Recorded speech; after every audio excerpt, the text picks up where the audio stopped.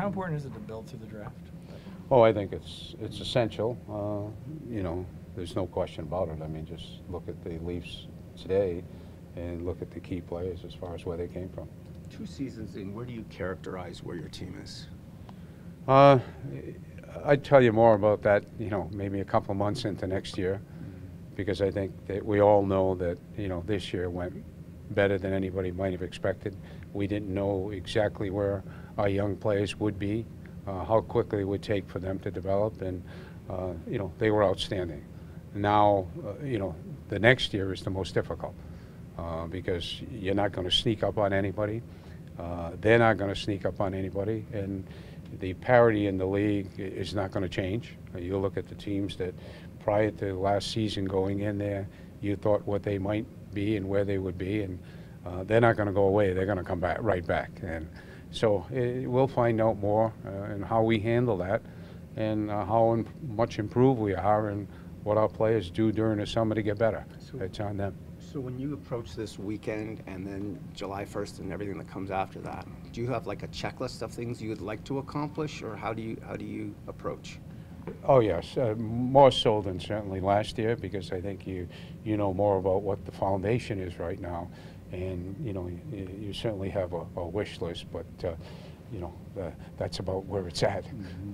When it comes to Vegas and you lost Brendan Leipzig, did you try something perhaps creative with them to do something else? I know you talked to them twice.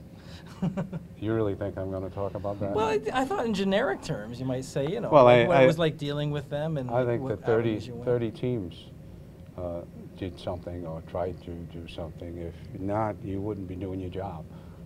And I think that that's what everybody should be doing at this time when you have a situation like this. You know, I can remember back in, you know, one of the last one, New Jersey went through and were able to get a player that was acquired. You know, so these things sometimes work out, sometimes they don't. But if you don't try, you're never going to have success. You're going to have the schedules out. You're going to have a special game against Carolina to mark the 100th. Can you talk a little bit about the plans for that? I honestly am not involved in that, and I really have no background to it, so it'd be unfair to even, you know, answer any questions that I honestly don't know. Does the success of Pittsburgh make you more optimistic for where your team is at and what they can do in the future?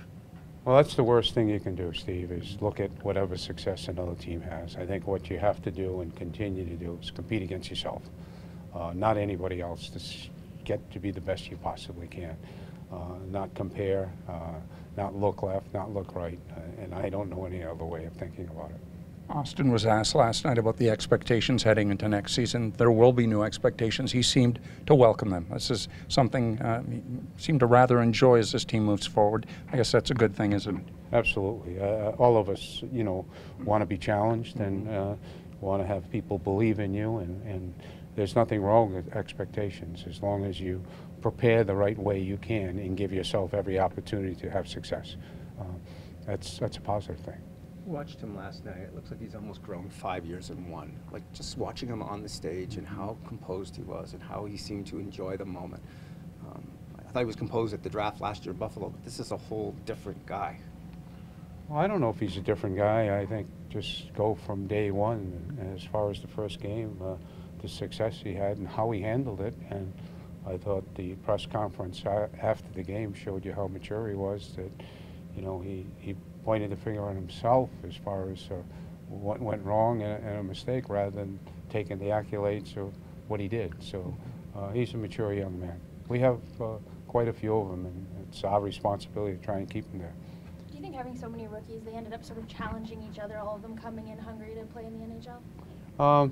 I don't know if they were challenging each other or, you know, just enjoyed, you know, having success with each other. I think I would more like to think it like that. But everybody has pride. You know, you want to be as good as you can be, and if it's a challenge, like you said, great.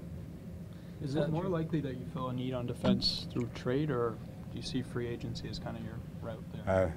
That's a difficult question to answer, because if we knew that answer, I don't think we'd be here right now. We'd have something, you know, done. So you're not close on anything for trade? That's not a question I'd even contemplate answering.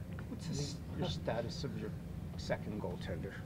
Pardon me? What's this, like, where do you see that? Right now, we do not have a backup goaltender, and that's a hole, certainly, that, you know, we have to fill.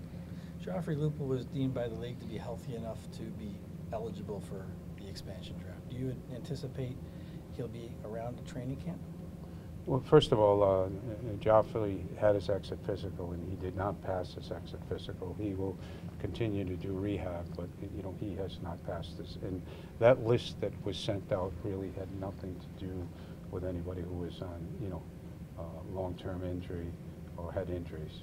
Those were people who, you know, the league made a decision on. No one had anything to do with that came out.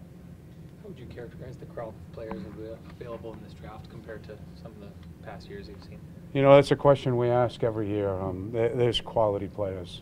You know, it sometimes is fun to go back and look at the drafts years in the past, and I see sometimes people redraft the past years, and it's always an education. As far as there are good players available, it's our job to get the right ones. Have you had talks with Matt Hunwick's camp about bringing Pardon him me? back? That's something I won't discuss. Where do you see your defense right now? You have obviously 4 guys that are returning with contracts and possibly some others who were up and down. Where do you see where you are and where you need to go? Well, you know, if we can improve our defense, that's something we're certainly going to do. But I think that's every area. You want to get better everywhere. You know, if we can do that, we're going to do it. I mean, it's obvious that we'd like to get somebody to make us better, but we'd be happy with the people we have. The improvement in our defense and the way we played, and you know, the goals that, you know, we didn't give up, it got better and better. So we're happy with our defense, but we'll try and get better everywhere. The way Vegas picked last night and the way they already dealt some of the defensemen, talking to another GM this morning, he said he thinks that the defensive market's going to be the most active it's been in a long time. Is that the same way you view it? I guess we'll find out soon, huh? Is Brian Boyle a player that you've had talks with and talked to him about potentially coming back? I've spoken to Brian. We haven't had any conversations about the future. Our conversation is about his new baby and you know, how things are going, but we haven't had any discussions.